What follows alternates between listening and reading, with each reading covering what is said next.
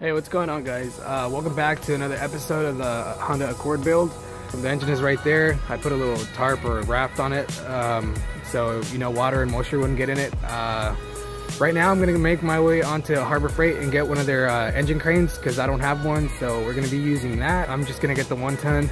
It might take us a couple of tries, there and then. We'll see how it fits. I might need new motor mounts, I'm not sure, but other than that, let's get to it. The only thing I need is to take out the axles and like I'm saying, I think I'm gonna go get the crane. I still haven't put the new gaskets and timing belt on, so might be doing that too. But yeah, guys, I'm super excited. I can't wait to get this car going and finished as well. I might need the new distributor, like I was saying, for this engine, the H22, because the one from the F22 does not fit. So make sure if you're gonna do a swap like mine to get a distributor. The starter might fit. It looks like it's the same thing, but not the distributor, because this one is actually a way bigger one than that one. So I probably shouldn't be vlogging while I'm driving, but there's no traffic. So right now I'm currently on my way to Harbor Freight, like I was telling y'all earlier. The crane should be about 129, maybe 140 with taxes and everything. I got that super coupon that came in the mail, so I'm gonna be using that. I should be back home in about 30 minutes or so we can start it, but it'll be really short for y'all. So I finally got the crane. It's in the back seat, as you can see back there. I got the 1 ton with taxes and everything. It was 140 with 71 cents, I think. I'll have to check on the receipt, but yeah, it was pretty cheap. It might do the job. I think it will. I don't really need anything expensive or a 2 ton because I mean, the engine doesn't really seem that heavy. The F22 isn't going to be, it's pretty light, but we'll see how it works, with the transmission and everything. It should hold. Right now I'm heading back to my house. Alright, so I just came back from AutoZone, and lucky me, they did have one. Recently I got a 35, but it's actually a 36 millimeter for the axle nut. So here it is. We're going to be using this one to take out the axles.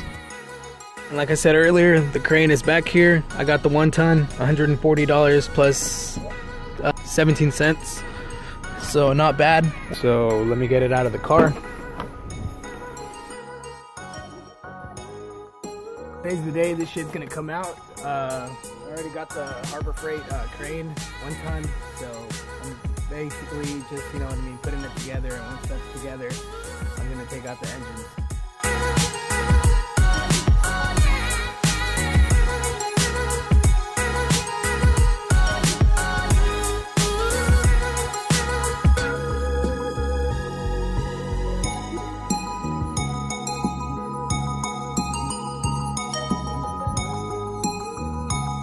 Before I continue any longer, I want to show y'all, look at that. I mean, how is this pin supposed to even fit in there? Come on, Harbor Freight. Look at that. You basically have to hammer it down so those things can bend. Or, look at that. My pin's not even fitting. It fits on these. That doesn't need a pin. But that's my first problem, so I'm gonna have to hammer this down, and hopefully it'll go in there right. So that's my first problem, and my second problem was the bolts and nuts. I'm missing 2. So, and the package is brand new. Look at that. I'm missing that one, and I'm missing another one on that wheel over there on the caster. So yeah, this is turning out pretty bad. But that's Harbor Freight for y'all.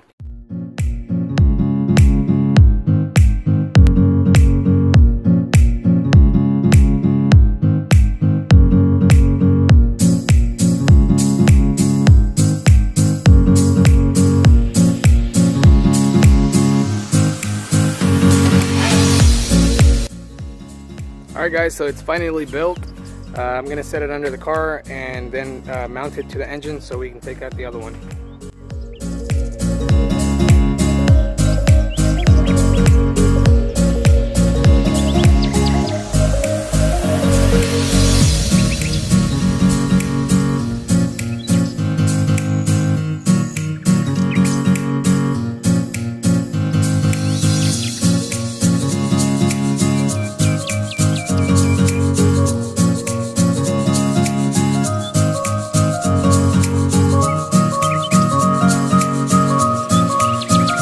Honestly, the axles were a pain in the ass, so I really don't even want to deal with those anymore.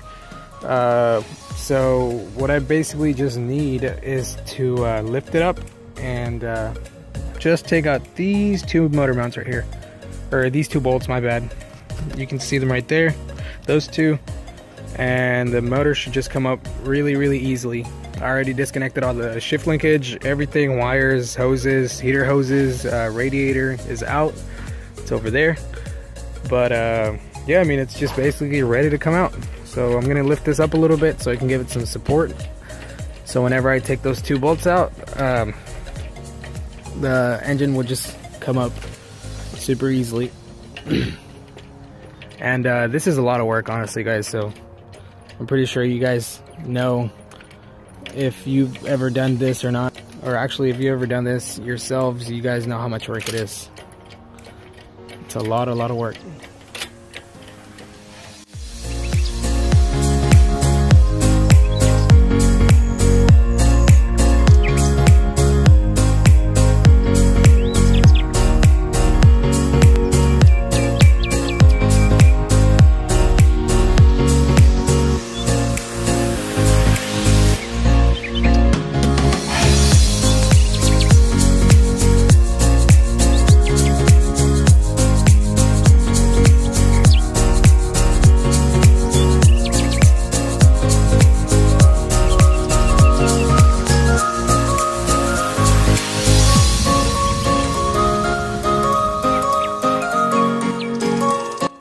Alright guys, after all that work, the motor is basically just coming up by itself. It was a lot of freaking work, and yeah, I'm basically just pulling it up, and the motor is pretty much coming off really smoothly. I just have to wiggle a little bit, you know what I mean, for it to not bump into things and break anything or bend anything in there.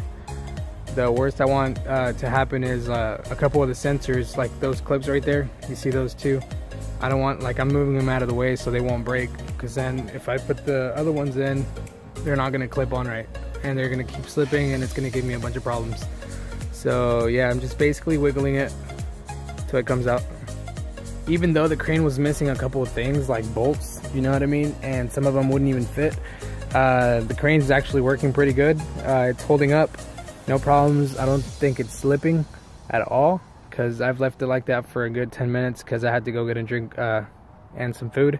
So yeah, I'm gonna continue pulling it out. Well guys, as you can see, it is late at night. I unbolted the back of the motor mount, but I didn't really unbolt the bracket to it, so it was actually holding onto the shift linkage. And I'm really freaking dumb because, like, I knew I had to disconnect that, you know what I mean, on the back for the line to go under the bracket, because it kind of covers under the intake manifold in some way. It kind of like curls around it, at least in mine. And now that I took that off, the motor is completely like moving everywhere. So as you can see right there, like the motor is like all crooked and shit because I just kind of let it go so I could so I can let that piece fall, which is the bracket, that one I was talking about.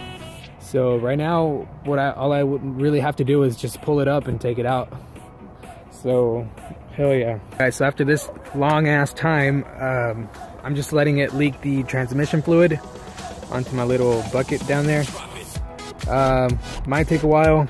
I'll probably just pull it out and let it drain on the floor. So far, as you can see, like, the engine's completely out. I just need to probably just pump it a little bit more so I can pull it. And you can see the chains, such good job on that, whatever. And yeah, I mean, for now I'm probably just gonna put the gaskets on the new motor and get it ready for tomorrow so I can just drop it in. So hell yeah, this is gonna be sweet. Took me about, honestly, the whole freaking day because I still had to, you know, put that together. That took a good an hour or so because I don't like reading instructions, so fuck it. It's doing its job. Anyways, I'm extremely tired and this is probably gonna do it for the video. I'm probably just gonna, you know, move it back, set it on the floor. That way I don't have any problems for tomorrow. This job was a lot. This is actually my very first time swapping a motor, and you know what I mean, learning about it. So along the way, it's super easy if you guys ever do it by yourselves. Anyways guys, I'll see you tomorrow. Thanks for watching.